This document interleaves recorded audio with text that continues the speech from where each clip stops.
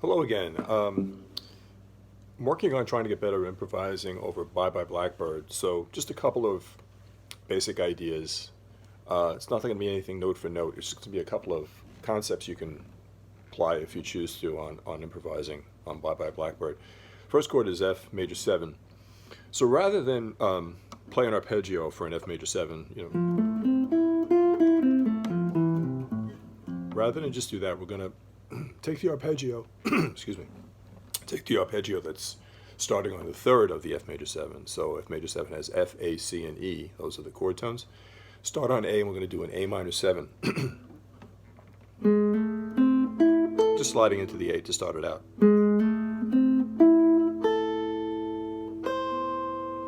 Okay, so again, this is A minor 7.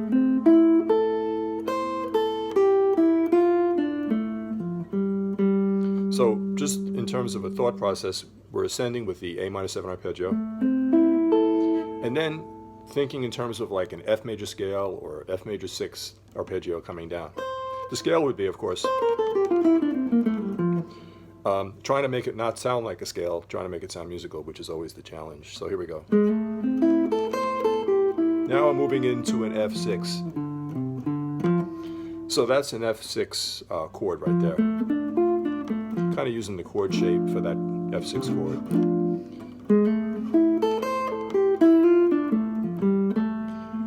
Okay, that's for the first two measures. The third measure, hopefully you have a lead sheet. Third measure is G minor 7 for 2 beats, going to C7 for 2 beats. Going to apply the same principle. Instead of just doing a G minor 7 arpeggio,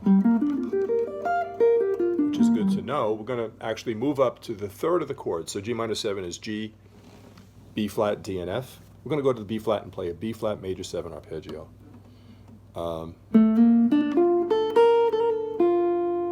It's only for 2 beats, so it would be like, and then we're going to descend in a C7, and we're going to resolve to this A, which is going to be the A, the third of our F6, which is in the next measure. Okay, so again, I'm not trying to give you note for note. Improvising is no fun if you're just reciting something note for note. I'm trying to give you some ideas of what you can do besides just wailing on an F major 7 arpeggio for an F major 7 chord, or an F pentatonic or whatever. So here we go. From the top, we're thinking in terms over an F major 7.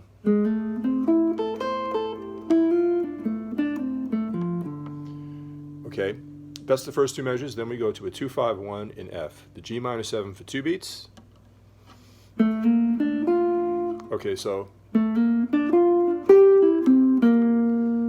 that's G minor 7 real quick to C7, 2 beats each. Resolving again maybe to an A, since that's the pretty note, the third of the F6. Okay, moving to the second line in the real book version, it's an F over an A bass note. I'm not going to concern myself too much with the A bass note. I'm just going to think in terms of F. This is just an F major triad arpeggio. Again, we're trying to make it not sound like a scale, we're trying to make it sound musical, so you could do something like, okay? Next is going to be an A flat 7 diminished, A flat diminished 7, I should say. They confuse the heck out of me. I don't try to get fancy with them, I just try to basically spell out chord tones. So for an A flat diminished, let's just take a look at that in case you don't know. You probably do. If you think in terms of playing this on the 6th string, play the same thing, moved up a fret on the 5th string, again on the 3rd string. So this is an A flat diminished arpeggio. Okay, let's just take it that far.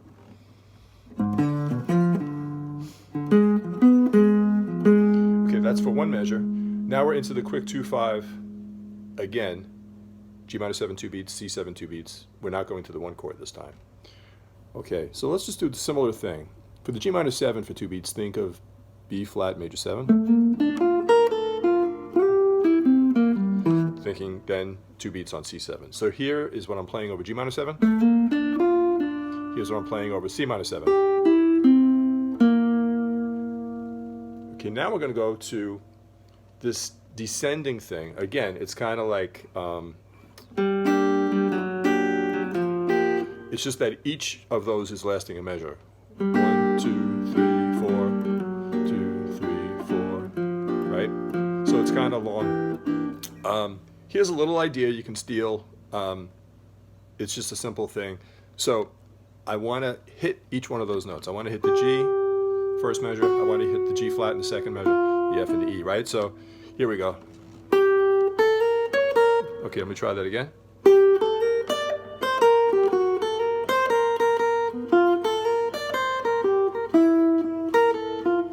Okay, so nothing earth-shaking. It's just, you know, trying to do something musical with these descending notes. First measure.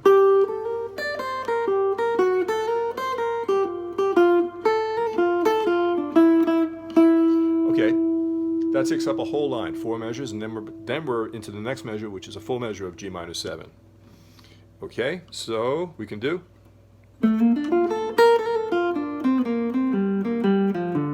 I'm just thinking again of that B flat major 7 to get me started.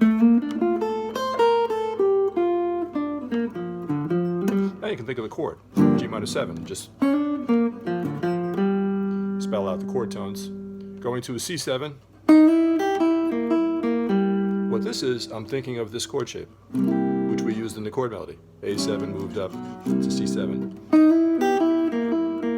It's like second string, first string, second string, third string, some kind of just simple melody. It doesn't last long, it's only one measure, going back into F6.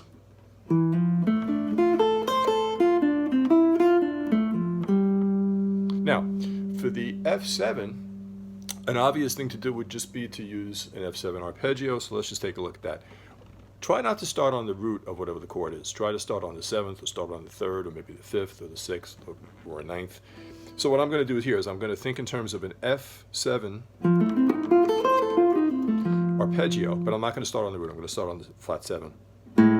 Okay, that's not the flat 7. Here we go.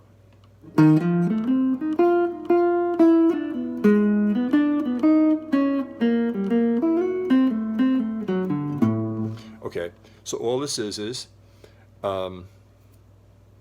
starting here and playing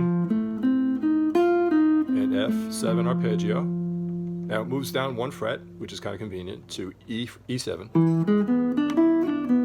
Then it moves down 1 more fret, E flat, and then to D. But I don't really want to, you know, make it sound so mechanical, because it doesn't sound good. So all of this comes back to trying to make things sound musical.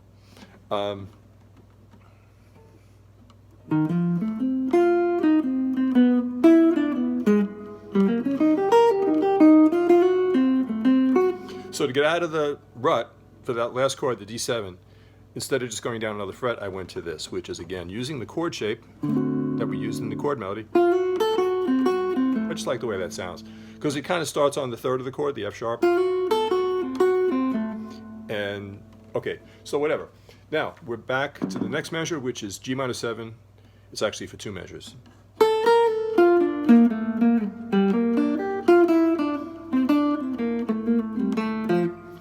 Okay, I'm just thinking again, B flat major 7.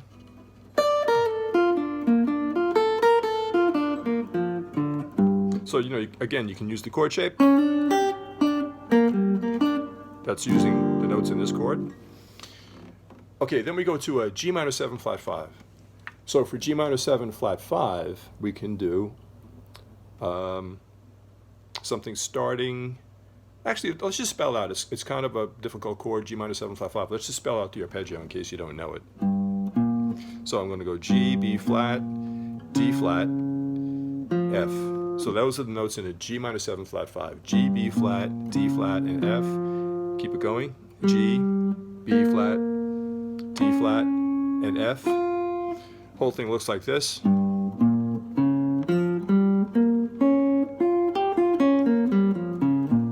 Again, I'm going to strive to make it sound a little melodic.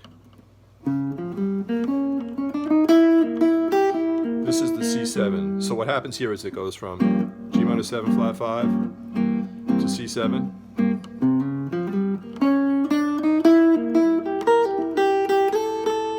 Resolving to, now we're into an F major 7. Next comes an E flat 7 for one measure.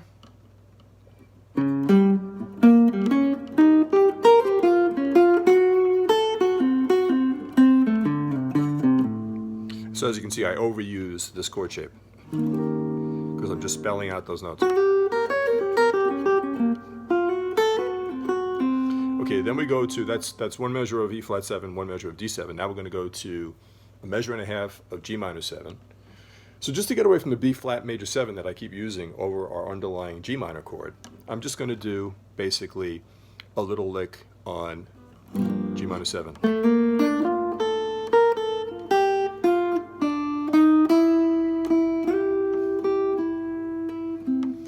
And then we're going to be back to F6.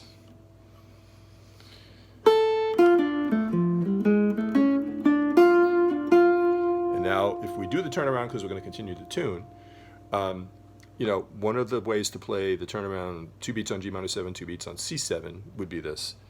Make it a little more interesting, make it a G minor 9, going to a C7 with the root on the 6th string, sharp 5. And then we're back to... So let's just try it once.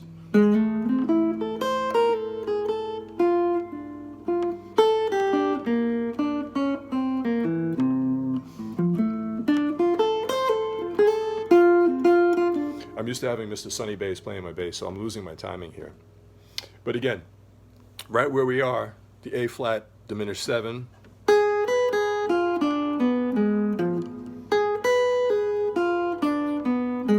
or going from the bottom if you choose.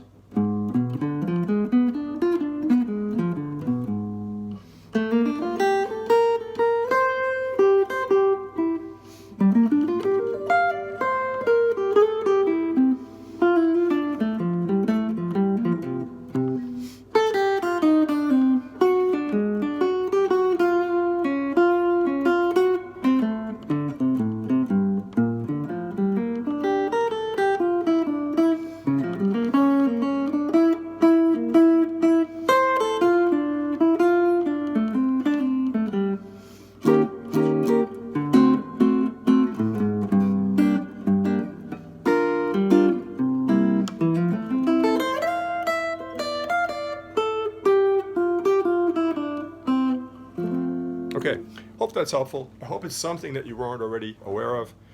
I know myself, watching YouTube videos, I learn things all the time. And I mean, I've been playing forever. You know, it's just, as hobbyists, we can really pick up things from each other. So that's really the purpose of this whole channel. So on that note, I hope you consider subscribing. I hope you enjoyed the video. Let me know if you have any comments. And ring the bell. I'll be doing another one soon. Okay, thanks again for watching. Have a great day.